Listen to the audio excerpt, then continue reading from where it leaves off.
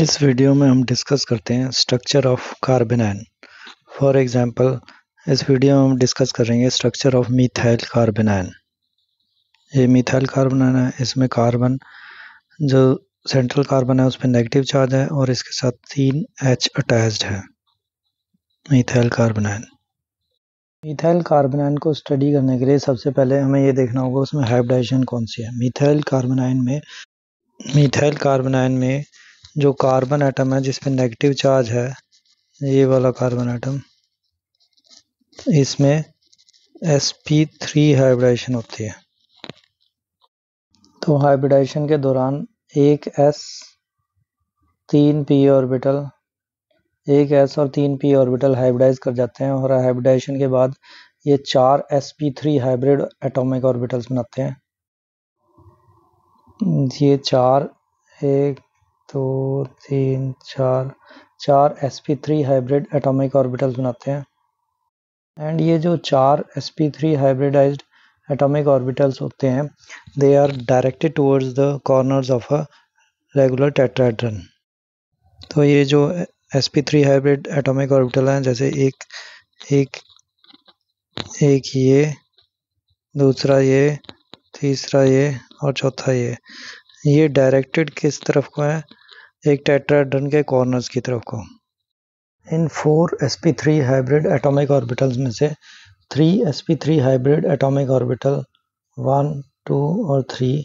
These 3 are involved in forming a single bond with 3 hydrogen atoms 1, 2 and 3. तो 3 single bonds बन जाते हैं, sigma bonds with 3 hydrogen atoms. और जो fourth hybridized sp3 hybridized atomic orbital होता है, it contains a lone pair of electrons, जैसे मैंने यहाँ पे 2 डॉट्स लगा के शो कर दिए हैं। जल्दी से रिपीट कर लेते हैं। ये जो कार्बन है, नेगेटिव चार्ज वाला कार्बन, वो sp3 हाइब्रिडाइज्ड कार्बन एटम है।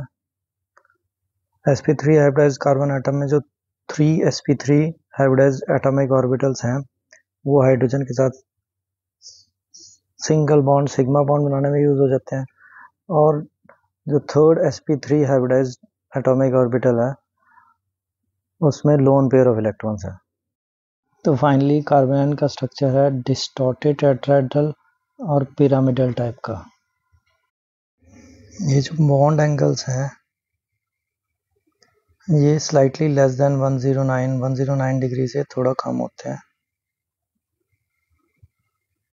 ये बॉन्ड एंगल्स 109 डिग्री से थोड़ा कम क्यों होते हैं?